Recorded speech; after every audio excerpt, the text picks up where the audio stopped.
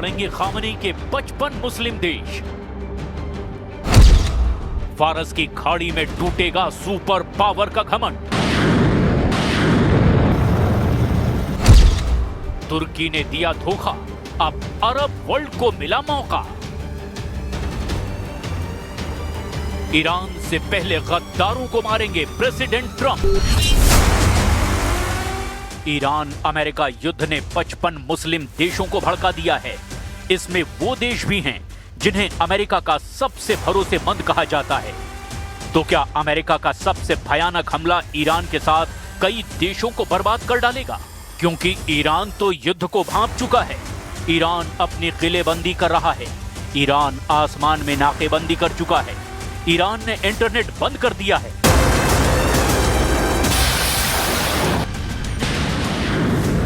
लेकिन उसका साथ दे रहे बाकी देश ट्रंप से टकराने की जरूरत कैसे जुटा सकते हैं?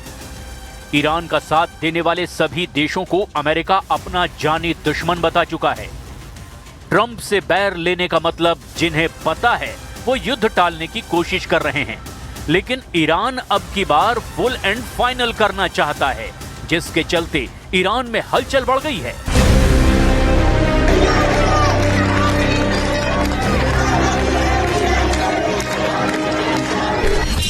एक तरफ ईरान का एरियल रूट है, जहां देखते ही देखते हवाई जहाजों की आवाजाही बिल्कुल बंद कर दी गई।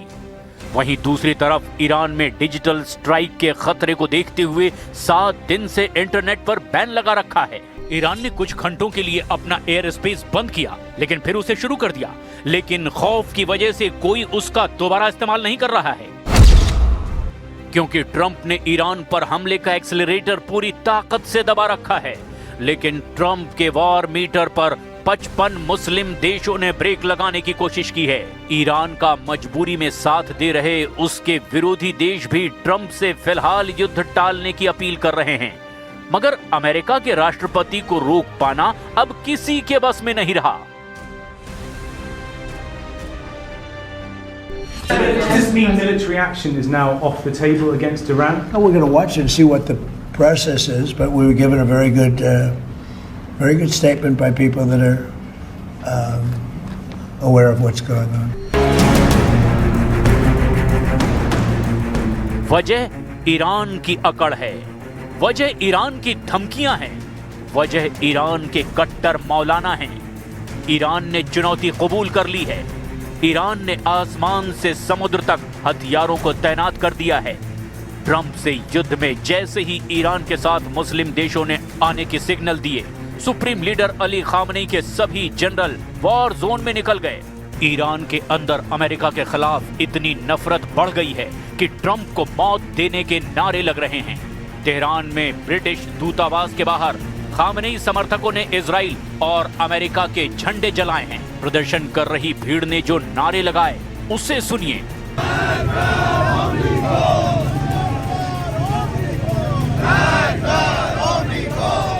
ईरान की आवाम अपने लीडर के साथ है। ईरान के लोग ट्रंप से युद्ध के लिए तैयार हैं। ईरान के सरकारी चैनल पर ट्रंप की खोपड़ी में गोली मारने की धमकियों का लाइव प्रसारण चल रहा है।